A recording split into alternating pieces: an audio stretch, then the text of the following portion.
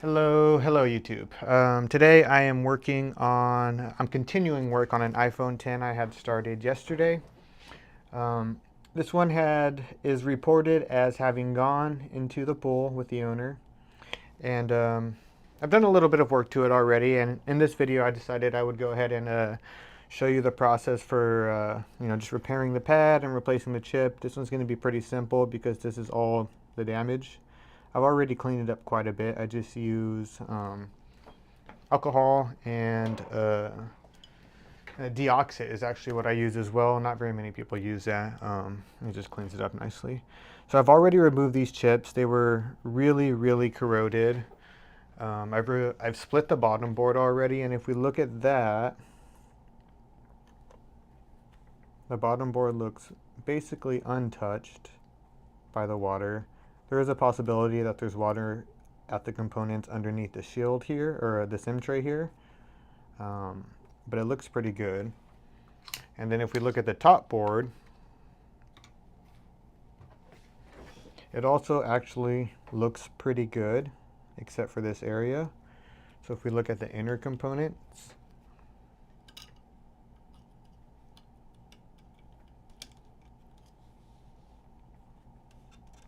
the inside of the board looks very clean.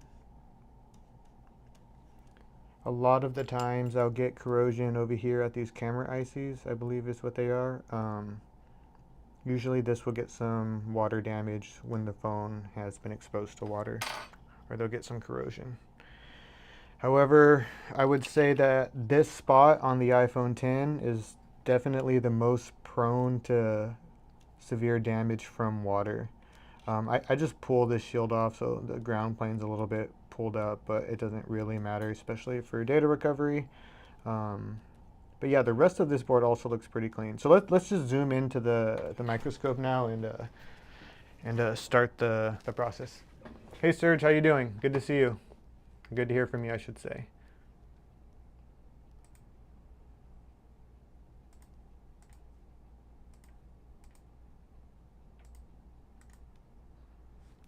So this is the damage that we're looking at. This is basically all it is, and again, this video will be pretty simple. I'm gonna repair the one broken pad that I have right here. And this is an audio IC, and it's not needed on the 10. I'll have to remove this bridge to make sure that's not causing any problems. And this is the touch IC, so this is needed in order to give us the touch function of the phone. So without this chip, the phone should still turn on, just touch wouldn't work. I actually haven't tested yet to see if this phone is now booting since I've cleared this area. So I think what I'll do is I'll first clear this pad, and then let's check the DC power supply amperage draw when I prompt this phone to boot.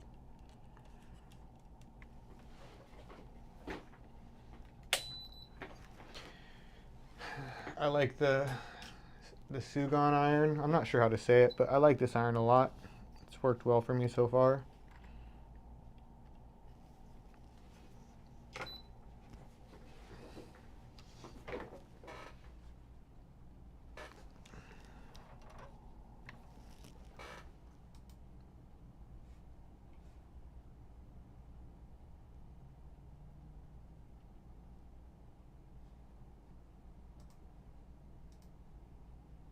Just a moment, sorry.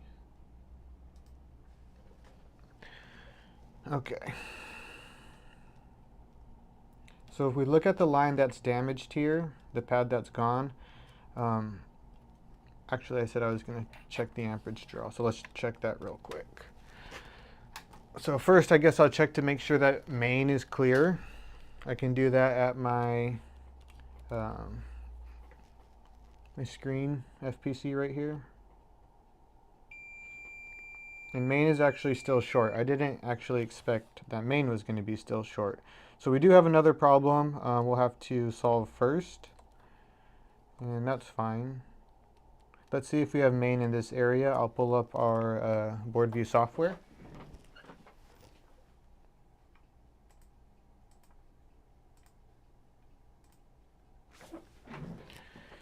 So this is where we measured from. This is VDD main. These chips here are going to be on main. Let's see if I have any of these capacitors left and if they're causing the problem or not.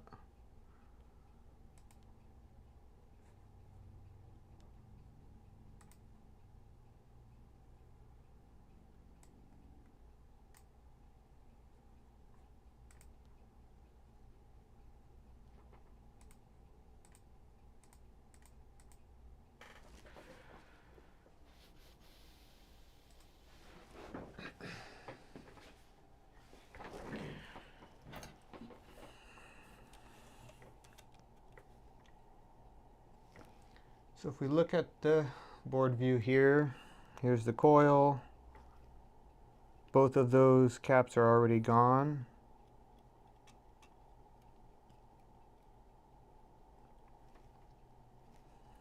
This capacitor is gone.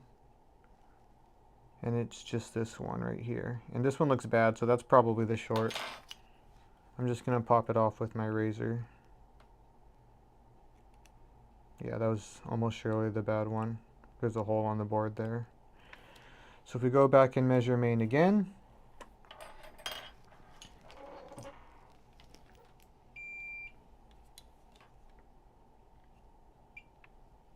yeah, now we're clear 0.36 in diode mode. So that's normal now. So main is now clear. So I'll check my DC power supply amp draw.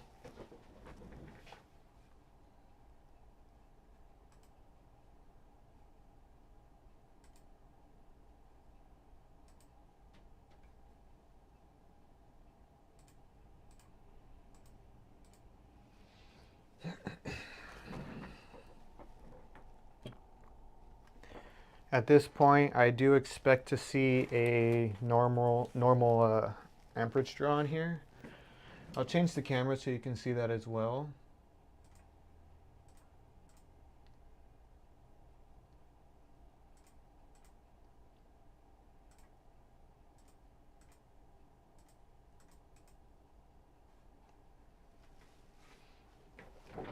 So you can go ahead and look at this number here.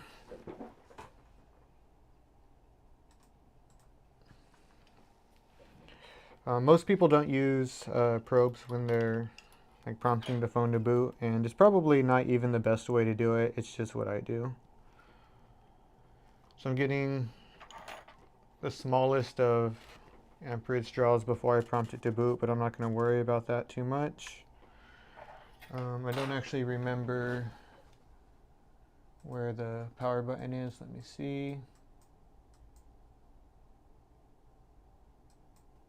There it is.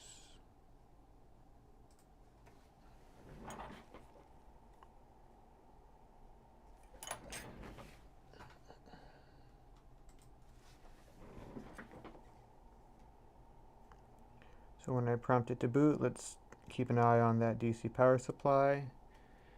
And normal so far.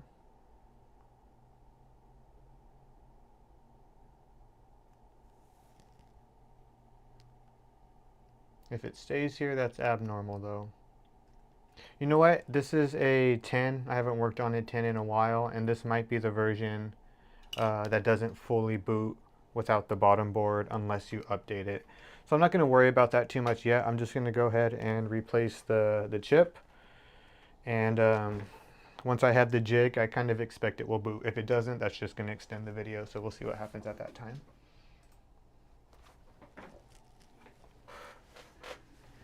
You have a good one too, bro. Thanks.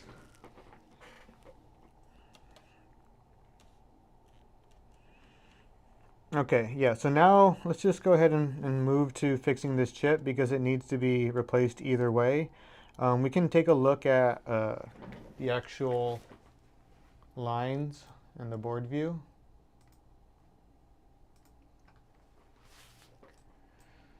So the pad that's damaged is this one, and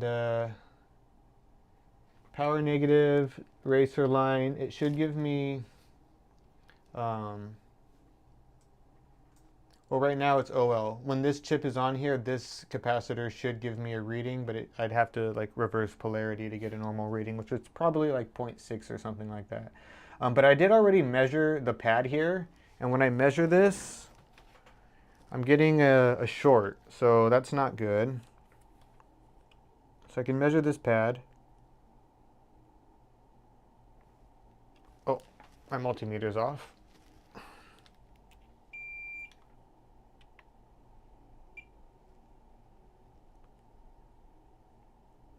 One, two. Oh, you know what? It was short because that was main. I was looking at the wrong pad before. I'm a dummy. So I measured this before and I saw that it was short and I thought it was this one and I thought that was that line. But this is main and it measured short before because that capacitor was still short. So with main right there, that's measuring normal. That's fine. Wait. 1, 2, 3, 4, 5. That's not main either. Okay, so what is happening here? I'm not quite sure. It's probably because that capacitor is also short. It's possible.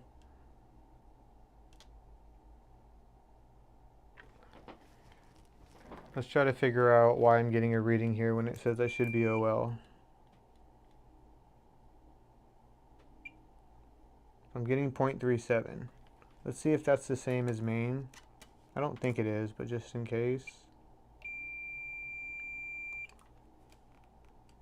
It is. 1, 2, 3, 4, 5. So I'm getting a short to main. That's 0.37. Main is 0.37. Okay, yeah. I don't think that's normal. Why am I getting this? I'm gonna get a donor real quick just to make sure. I have one right here, I think. But that's not normal, so let's see what's going on.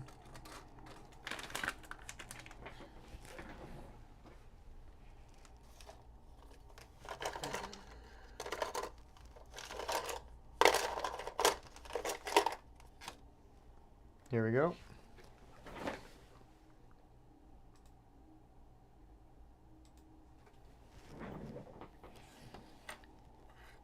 So this chip's already gone in everything. So I should have OL when I measure here and no beep. So I'm measuring on 1, 2, 3, 4, 5. Yeah, and there's no beep here, and that's what it should be doing. On mine, I get a beep.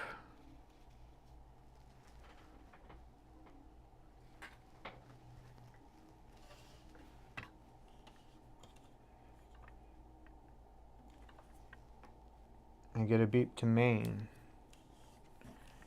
If I check, yeah, I get a beep to main. 0.37. So I can kind of assume I have a corrosion bridge to main maybe. Let's see if this capacitor or any other part of this line, it's got to be that capacitor connects to main somehow. Right here by this coil. So there might just be some corrosion bridge going on in there. Yeah, that looks likely. Okay. Let's switch the camera again and just clean that out.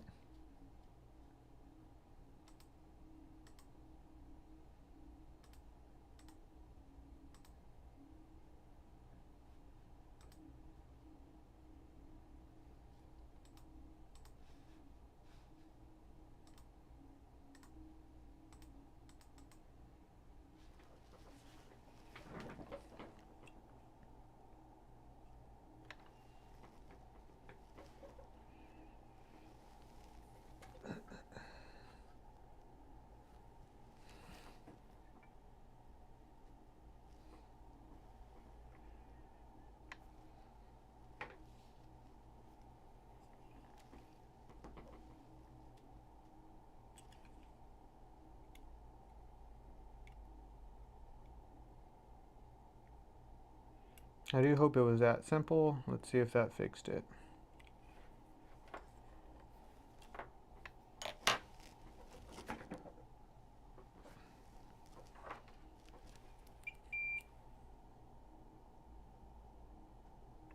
And it did. Now it's OL again. Now that's normal. Okay, good. Good, good. That's fine. I thought I was going to have to run a jumper here, but it looks like this pad is good enough. Yeah, it's connected still. So I can just clean this up and replace the pad or replace the chip and put it in the jig and make sure it's still working or that it's actually booting, because I haven't seen a full boot yet. And it should be good. I probably should have prepared one of these chips beforehand because I'm not 100% sure where I have it stored right now. Because again, this is not again, but I've just moved to a new office. I don't know where. I'm still a little bit unorganized, I should say. I like to use this iron when I'm clearing chips. That's just my preference. A lot of people have their own like way of doing things. But I use this iron, and I use a little bit of hot air to assist usually.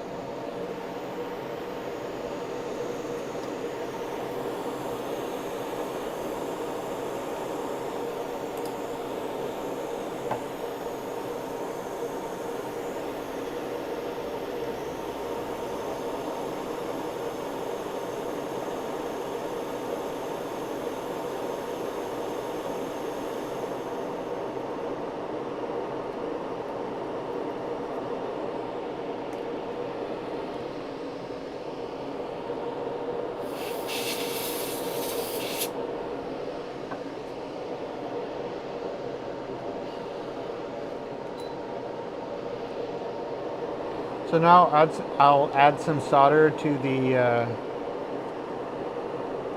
via here that has no pad.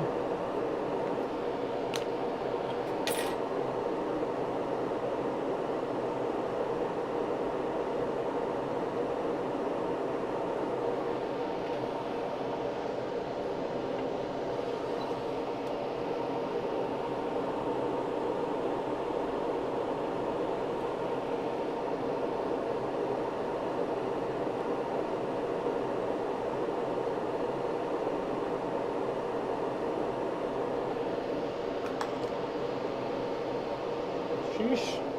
Dropped my iron. I gotta get used to my new setup. That was weird. I'm glad I didn't break my iron right now.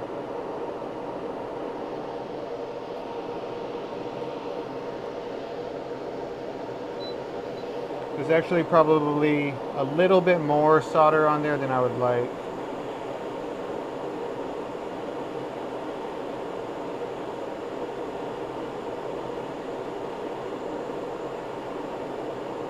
That's probably good enough.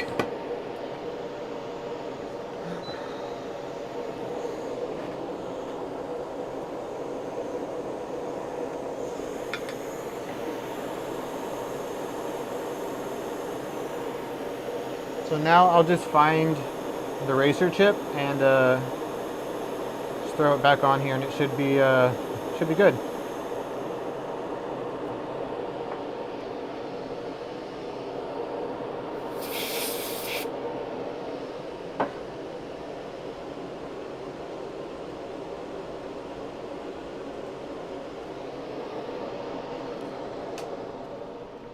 So let me see where I put my eraser chip. Should be right here somewhere.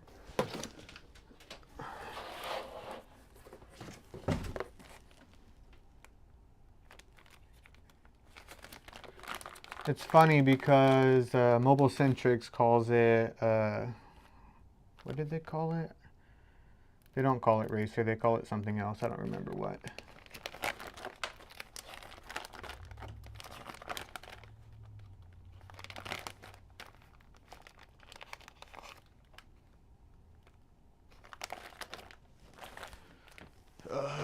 Okay, sorry, give me a second, I gotta find it.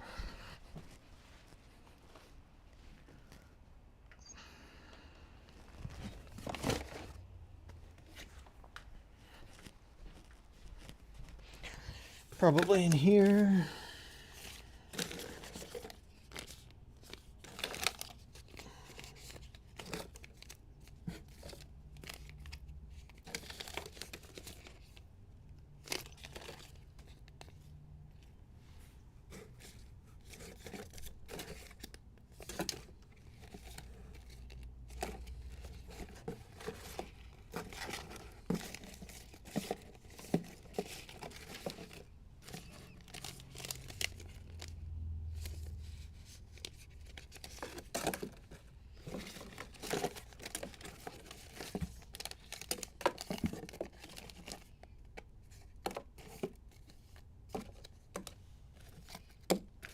Great. I think if I can't find it right now, I'll just pull one from an iPhone 10 board instead. I know I have it here somewhere, I don't know where things are.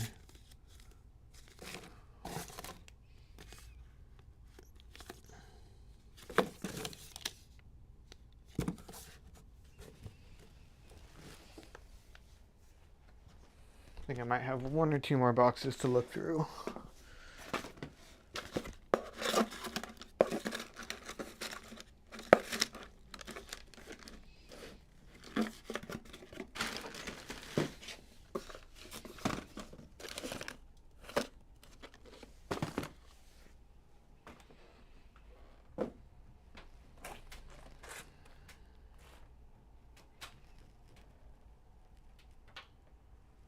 Okay, I'll just pull one from a donor board because I'm not quite sure where they're at. That's fine.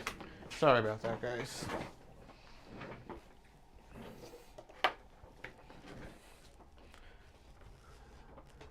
Next challenge, finding a donor board.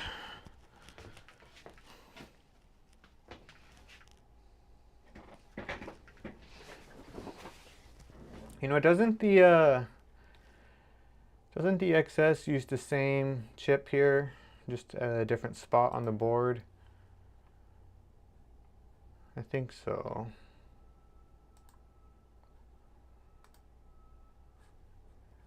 So let's look on the XS because I have more of those laying around.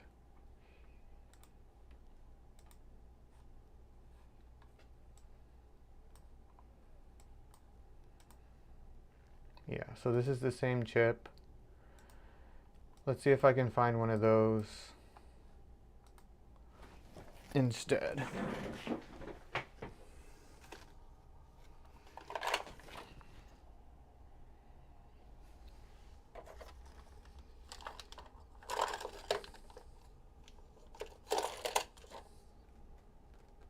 Here we go.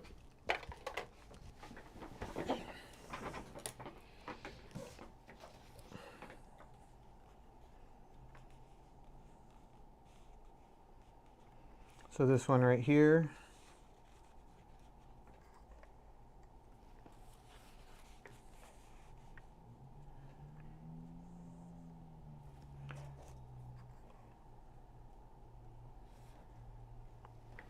I'm gonna throw my Barlow lens on. I don't have it on right now, but it'll be easier to try to like clean pull this with the Barlow lens on. because if I don't have to reball it, I'm not going to. Just if I kind of mess up when I'm pulling it up, then I'll have to reball it.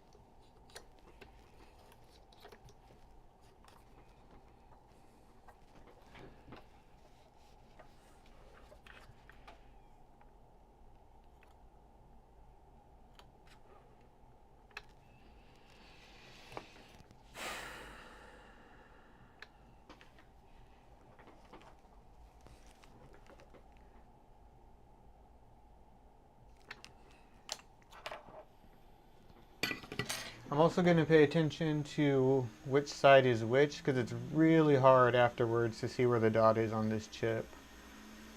So right here, this top left side is the A1. So when I'm moving it to the other board, okay, I got a good reference.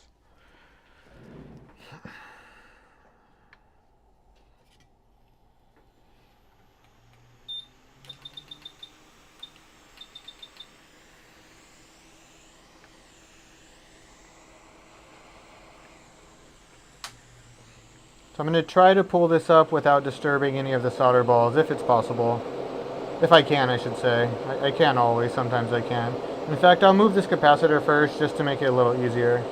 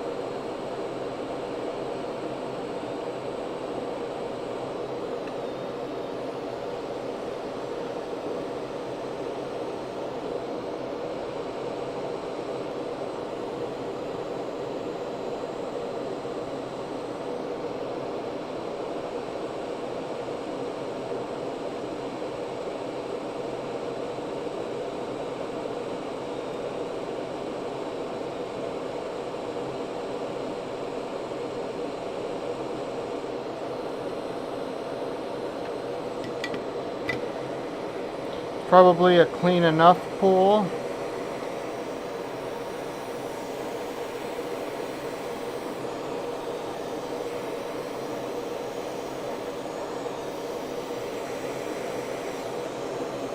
And now A1 is the opposite side, so A1's over here, so I need to turn this chip around.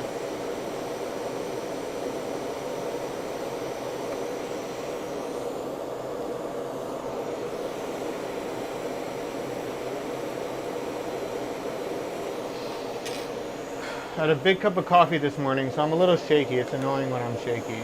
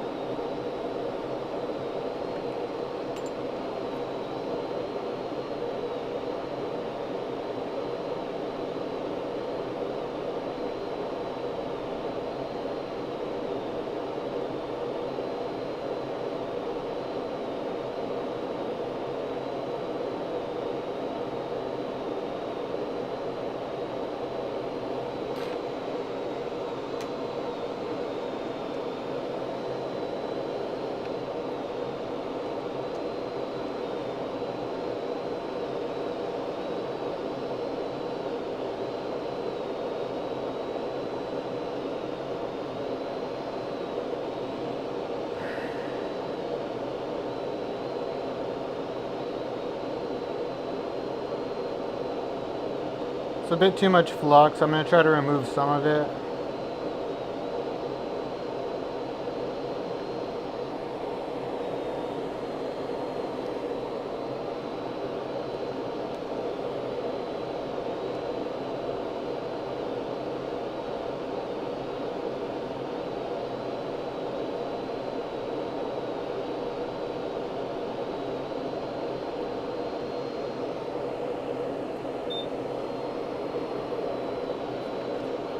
So this isn't like a final temperature. I'm just kind of, I want this to melt the flux a little bit. It's only 220.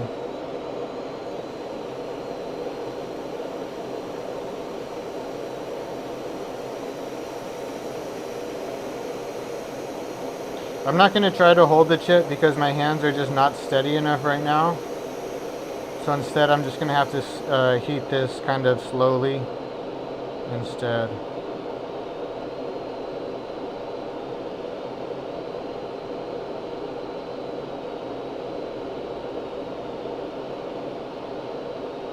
That should be about the right spot, good enough at least, that it would move into place most likely. So I'm just going to try to heat it up and see if it moves at all. It's only at 220 still. This isn't like the temperature that it will be sitting into place at.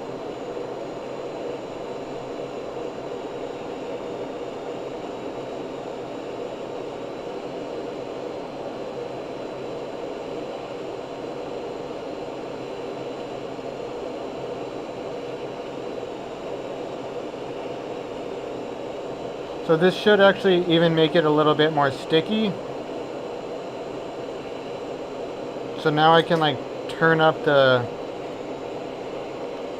heat and the air, maybe just the heat, or probably both, and it probably won't blow away now. At least that's the idea when you heat slowly like that. I'm gonna go low air again first,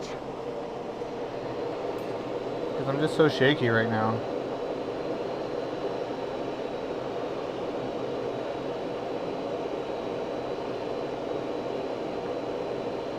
Okay, now that's partially connected, so I'm just gonna bump up the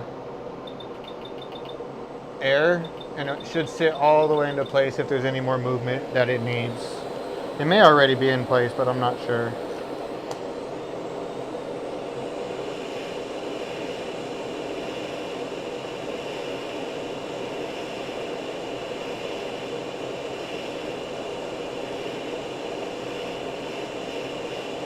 Okay, that should be good. I saw a little bit more movement.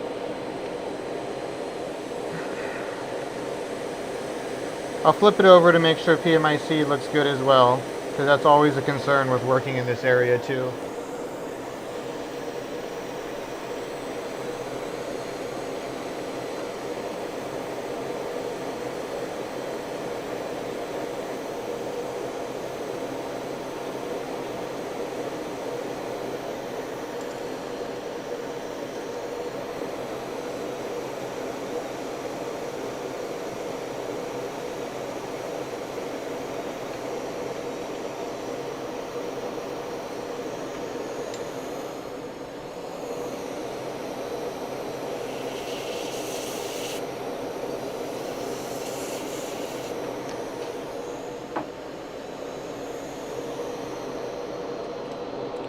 One thing about this repair is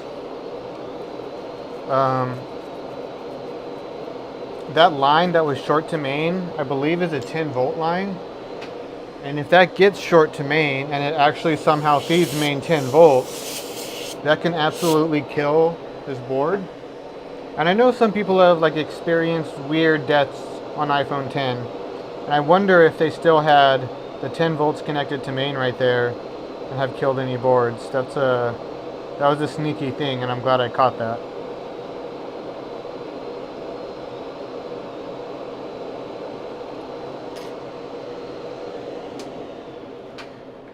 So at this point, I'll clean up the bottom board as well, but then I'm just going to put it in the jig and see if it's booting. Where's my bottom board?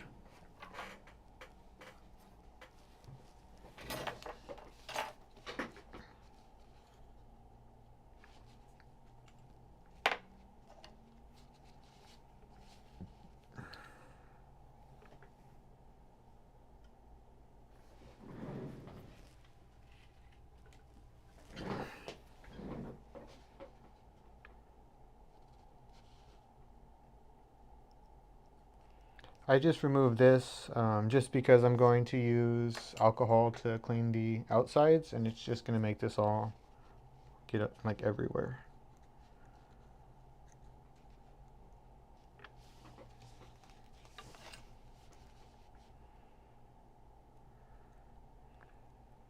And I have to clean the sides with alcohol, otherwise my jig will get gunked up with flux from all the flux around those pads on the outside.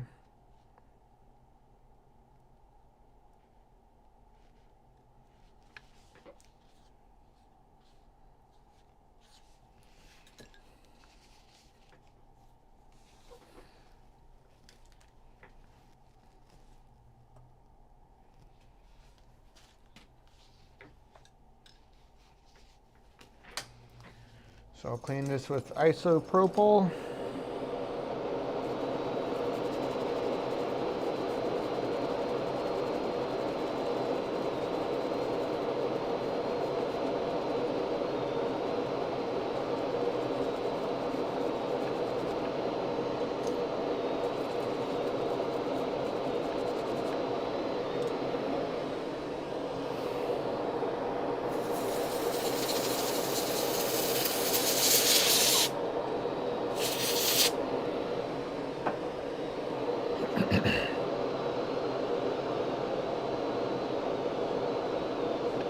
Looks good enough. I'll give this a brushing too.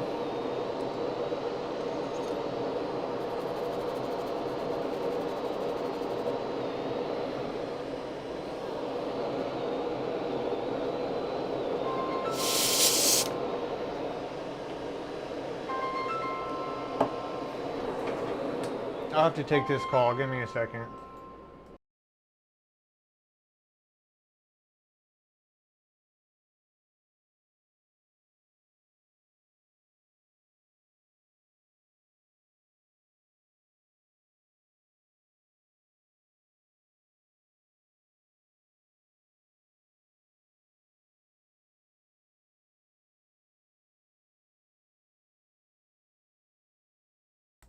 Okay, sorry about that.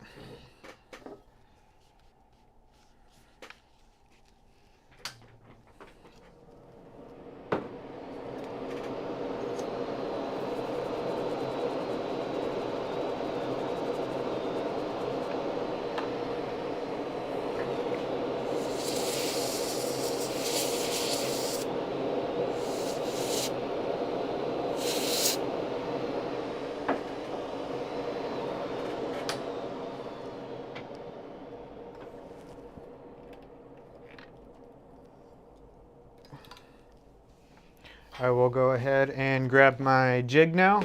I think it's right here. Oh, I don't have the cable for the jig. Okay.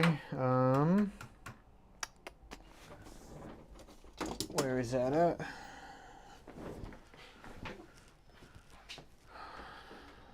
Of course, I'm missing something. This one should work. This is actually the one for the XS, but I think I can make it work.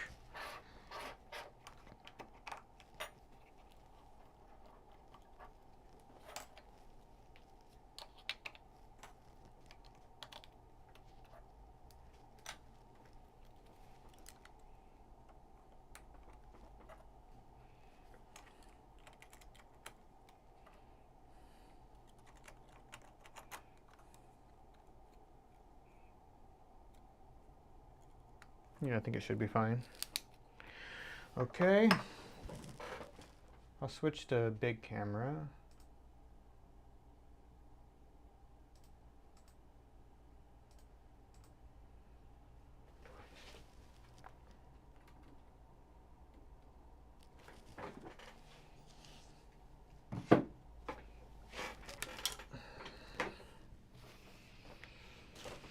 So I'll grab my parts.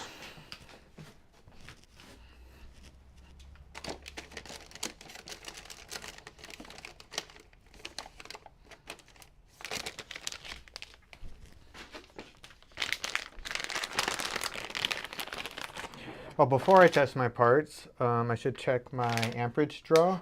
Now that the bottom board's connected, I should see a normal amperage draw, and if I don't, that means something's still wrong. So that's definitely worth checking.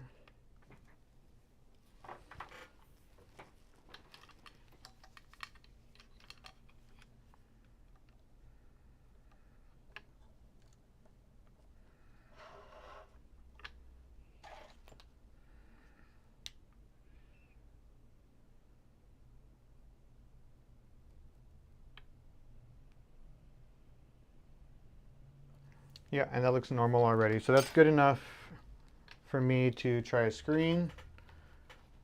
And it should be booting. If it boots, I'm just gonna, I'll end it there, and I'll take the data privately, of course. But I'd say this is the most common, not the most common, but if an iPhone 10 gets water damaged, this area is going to be hit. And I'm lucky that it was only like in this area and it wasn't in other spots, because sometimes it's very, very severe everywhere. And this only was severe in this one spot, which was nice. Batteries here. I'm actually not sure this battery is good. It's brand new. So let's just test it now, I guess.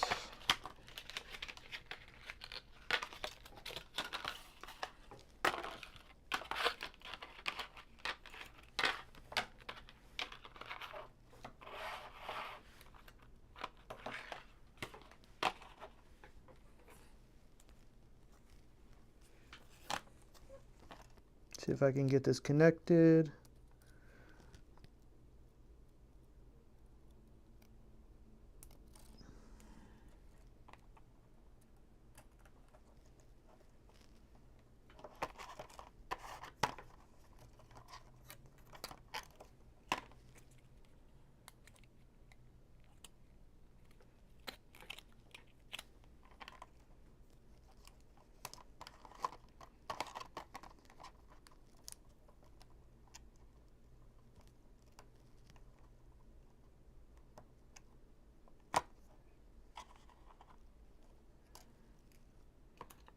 Looks good.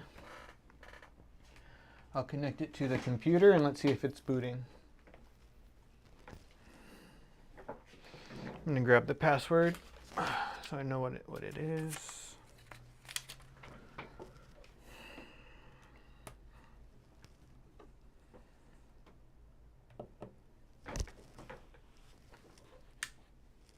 And we do have an Apple logo. Make sure it takes the password and it boots up all the way.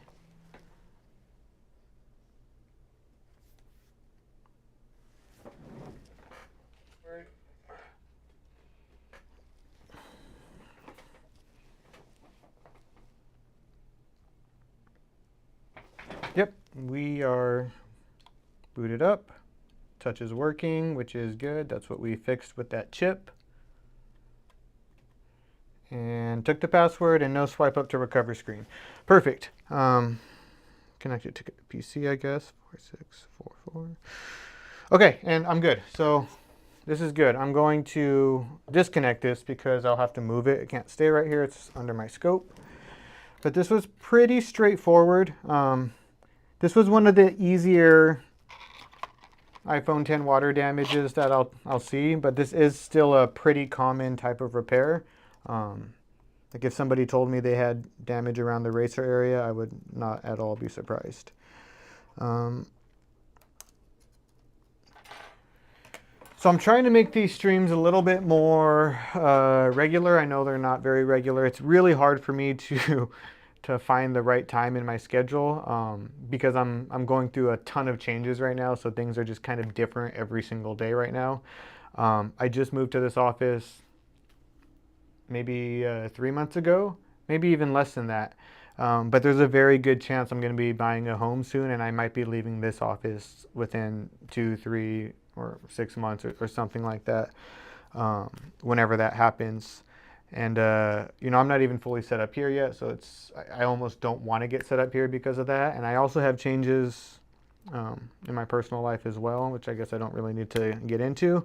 But yeah, my new house, if I can buy one, I'm gonna move to a home office, and it will be much more comfortable there. I'll have more time to work and when I'm there, I'll definitely get into some sort of like daily schedule, or at least weekly, where I can set a time to be streaming and doing these repairs, and maybe have something set up so I know it's going to at least be like a decent job to work on.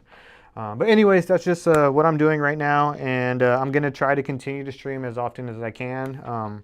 Once I get a little bit more comfortable knowing that I'm being watched live, then I'll probably start announcing it on Facebook and on my Discord. But right now, I'm just kind of doing surprise streams just in case I do something stupid, or I didn't like turn on my microphone, or something like that. I want to try to get all the hiccups out while I don't have too many people watching me.